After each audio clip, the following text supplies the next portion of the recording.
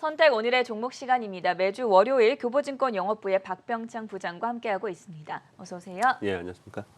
자, 지난주 주요 시장 특징부터 살펴보면 확실히 미국 시장에서는 업종별 차별화가 일어나지 않았습니까? 예, 전반적으로 뭐 업종별 차별화가 있고 종목별 움직임도 있고 그렇게 좀 그동안에 움직이다가 지난주 FOMC 회의가 끝났습니다. 네. 우리가 예상했던 것보다 매파적 발언들이 좀 나왔고요. 그럼으로써 시장이 좀 경계 심리가 더 작용을 많이 하는 그런 모습을 나타냈습니다.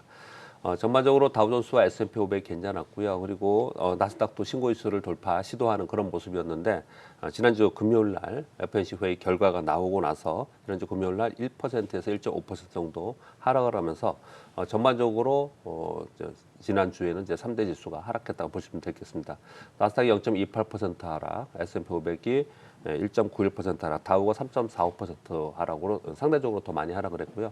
다우 운송지수가 저기 7.16% 약간 좀 수정을 해야 될 것 같은데 4.6%로 하락을 했고요. 4.6%요? 예, 4.6% 하락했고요. 필라델피아 완도지수는 1.78% 하락을 했습니다.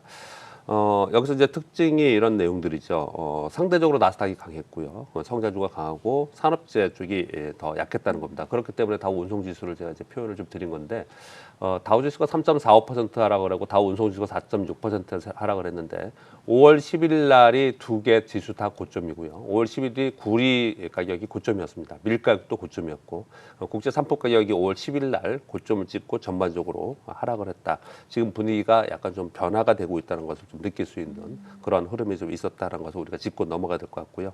지난 금요일 날 하락폭이 컸었는데 이유를 두 가지를 얘기를 합니다. 하나는 제임스 블럼 총재가 매파적 발언을 했다. 이것 때문에 이제 전체적으로는 지금 그것 때문에 하락했다고 표현을 하고 있지 않습니까? 근데 지난주 금요일 날 미국은 선물호소 동시만기일이었습니다. 그래서 거래량도 크게 증가한 상태고요.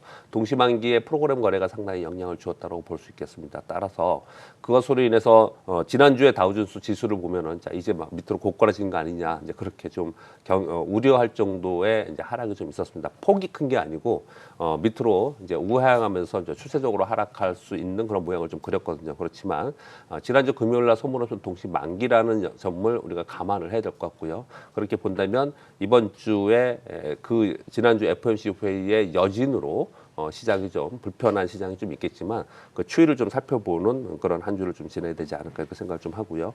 지난주에 우리 한국 시장은 상대적으로 강했습니다. 코스피는 0.57% 올랐고요. 코스닥은 2.5% 올랐습니다. 이것은 상대적으로 나스닥이 강했기 때문에 우리나라의 시가총액이 되게 높은 종목이 시가총액이 많은 종목이 거의 대부분 이 성장주에 되게 많이 있기 때문에 이들 종목들이 상승을 하면서 우리 시장이 상대적으로 강한 그런 모습을 보였습니다. 그렇다면 이번 주에 시장에 영향을 줄 만한 글로벌 이슈들과 이벤트들은 어떤 것들이 있겠습니까? 이번 주에 여러 가지 지표들이 있는데 네. 그 중에서 FOMC 회의 끝나니까 연준위원들이 이것저것에서 뭐 거의 대부분의 사람들이 연설에 지금 발언이 나서고 엄청 있습니다. 많죠.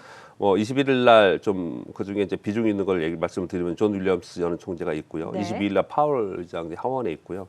이분들이 여러 군데 나가서 지금 이런 연설을 하고 있는데 이런 곳에서 뭐 이벤트에 참여를 한다든지 아니면은 뭐 방송 출연을 한다든지 이런 곳에서 이런저런 얘기들을 하는 것에 시장이 영향을 좀 받고 있어요. 그래서 이것을 이제 한마디로 표현하면 FOMC 회의 끝나고의 여진이다 이렇게 표현이 좀 됩니다. 네, 이런 부분들이 시장에 영향을 줄 것이라고 보여지고요. 그리고 이번 주에는 우리 21일 날 오늘이죠. 중국 LPR 대출 우대 금리가 네. 발표가 됩니다. 그래서 이게 중국의 사실상 기준금리죠. 그래서 이 부분을 우리 살펴봐야 될 것 같고요. 그리고 23일 날은 주요국의 PMI가 발표됩니다. 지금 이제 이벤트가 끝났기 때문에 실제로 실적이 어느 정도 나오느냐 이걸 살펴봐야 될 것 같고요. 가장 중요한 것은 이제 25일 날 미국의 개인 소비 지출인 PCE가 발표됩니다. 근데 사실 이번에도 별 문제가 없을 것이다 이렇게 얘기를 많이 합니다. 왜 그러냐면 지난번에 우리가 CPI, PCE, 고용 보고서 이렇게 지나가면서 굉장히 우려했다가 다시 반등 주고 우려했다 반등 주고 이런 식으로 이제 움직였거든요. 네. 그런데 이번에도 똑같이 그런 것들을 재현할 수 있는 상황인데 FNC 회의 결과에서 회의 끝나고 나서 FNC 위원들이 연준 위원들이 올해 PC 목표치가 위에 상단을 3.2%, 3.4%까지 올려놨어요. 그렇기 때문에 일정 정도 그 텀을 만들어놨기 때문에 네. 좀 높게 나오더라도 시장에서 어느 정도 그것을 반영이 됐거나 또는 인정하는 그런 분위기가 되지 않을까라고 생각합니다. 그래서 이번 주 전반적으로는 주요 지표들도 경기 지표도 나오고 그 PC도 나오고 이렇겠지만 지난 주에 있었던 FOMC 회의 결과 끝나고 테이퍼링이나 긴축에 대한 연준 인사들이 어떤 내용들이 나오느냐 이런 것에 대해서 시장이 좀 변동성을 주면서 등락하지 않을까 이렇게 생각합니다. 이번 주 시장 전망에 대해서 좀 더 구체적으로 살펴주시죠. 일단 우리 시장은 지난주까지는 상대적으로 나스닥이 강했습니다. 네. 그래서 우리 시장이 그래서 이제 그것이 이제 연동하면서 우리 시장이 이제 상승하는 그런 모습을 좀 나타냈는데요. 이번 주 그리고 다음 주에도 그 영향권에서는 계속 이어질 거라고 생각합니다. 그래서 상대적으로 우리 시장이 좀 강할 거라고 좀 판단을 합니다. 일단은 우리 시장이 상승 탄력을 좀 받은 상태고 그리고 네. 신고 지수를 내고 있는 상황이기 때문에 우리 시장은 이제 그 탄력은 있을 거라고 생각합니다. 그런데 지금 환경 자체는 외국인들이 매수보다는 매도를 할 수 있는 환경으로 지금 바뀌었습니다. 달러스가 90포인트 레벨이 있다. 지금 92.32까지 올라왔고요. 그러다 보니까 원화가 1116원, 1115원에 있었는데 1135원까지 올라왔습니다. 단기간에 급등한 거거든요. 네. 그래서 사실 이렇게 원화가 달러가 강해지고 원화가 약세가 될 때 외국인들이 환차손을 피하기 위해서 매도한다. 뭐 이제 앞으로 예전에는 그런 것들이 시장에 영향을 많이 줬지만 지금은 그렇게까지 영향을 안 준다고 하더라도 일단 외국인들이 우리 시장에서 매수를 할 수 있는 환경이 아니라는 거예요. 그런 의미에서 보면 외국인들 매도가 나올 수 있는 부분들을 생각해 보면 시가총액 상위에 있는 프로그램 매수에 의해서 시장이 올라가는 쪽은 주춤할 수밖에 없다. 즉 시장은 상승의 탄력은 받고 있지만 상승의 제한이 있거나 또는 그런 종목의 매도가 나오면서 시가총액 상위 종목의 매도 나오면서 지수는 좀 늘릴 수밖에 없다. 그래서 중립 이하의 등 변동성을 가지지 않을까 이렇게 판단하고요. 반면에 이제 프리어닝 시즌에 들어가면서 2분기의 실적을 바라보면서 움직이는 개별 종목들이 있어요. 네. 그 종목별로는 상대적으로 강세가 나타날 수 있습니다. 시장에 지금 돈은 있는 상태이기 때문에 어디가 좋다라고 하면 그쪽에 자금의 쏠림이 나타나면서 그 주가가 오르는 이 현상이 계속 나타나고 있거든요. 그렇기 때문에 지금 프리어닝 시즌에 들어가면서 종목별 장세가 이루어지면서 전체 시장은 수급적 요인으로 봤을 때 좀 눌림이 나타나는 그런 시장이 아닐까 생각합니다.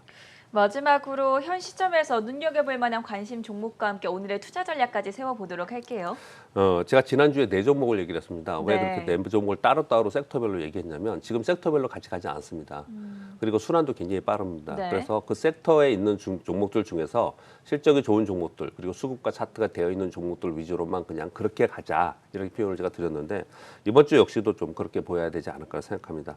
즉 종목별 대응을 해야 되고 그리고 실적이나 또는 실적이 아니더라도 차트나 수급으로 인해서 지금 그 사이에서 움직이는 종목들 이런 종목들을 좀 순응해야 되지 않을까라고 생각하는데 최근에 저점으로부터 수급이 좀 들어오면서 약간 이제 고개를 들면서 움직이는 종목들 중에는 이제 더존비존 여러분 다 아시다시피 우리나라 ERP의 1위 업체이고요.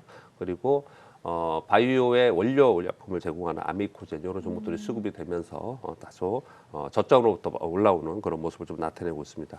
지금 실적 시즌입니다. 실적 시즌에서는 이벤트나 또는 테마 또는 섹터보다도 개별 종목으로 차별화되면서 움직입니다. 따라서 그 전에 우리가 했듯이 성장 주냐 가치 주냐 아니면 인플레이션 랠리가 있는데 인플레이션 관련주냐 리오프닝이냐 뭐 이런 것에서 지금 얘기할 문제가 아니고요. 네. 지금 여러분들이 가지고 계시는 종목들 있잖아요. 조금 전에 그 뉴스 그 한국경제신문 뉴스 얘기할 때 예. 순환매가 너무 빠르다 보니까 이거 하다 보면 저거 빠지고 이렇게 지금 여러분들이 지금 생각을 하고 있잖아요.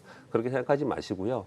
실적을 바탕으로 움직이는 시즌에 들어갔기 때문에 내 종목이 이번에 2Q와 3Q의 실적이 좋다라고 한다면 그 종목을 들고 계시면 올라갈 수 있는 그런 시장이라고 보시고 판단하시면 될 것 같습니다. 프리 어닝 시즌에 진입하고 있는 만큼 2분기 실적 주목해보자라고 조언 말씀 들어봤고요. 지금까지 교보증권 영업부의 박병창 부장이었습니다. 감사합니다. 감사합니다.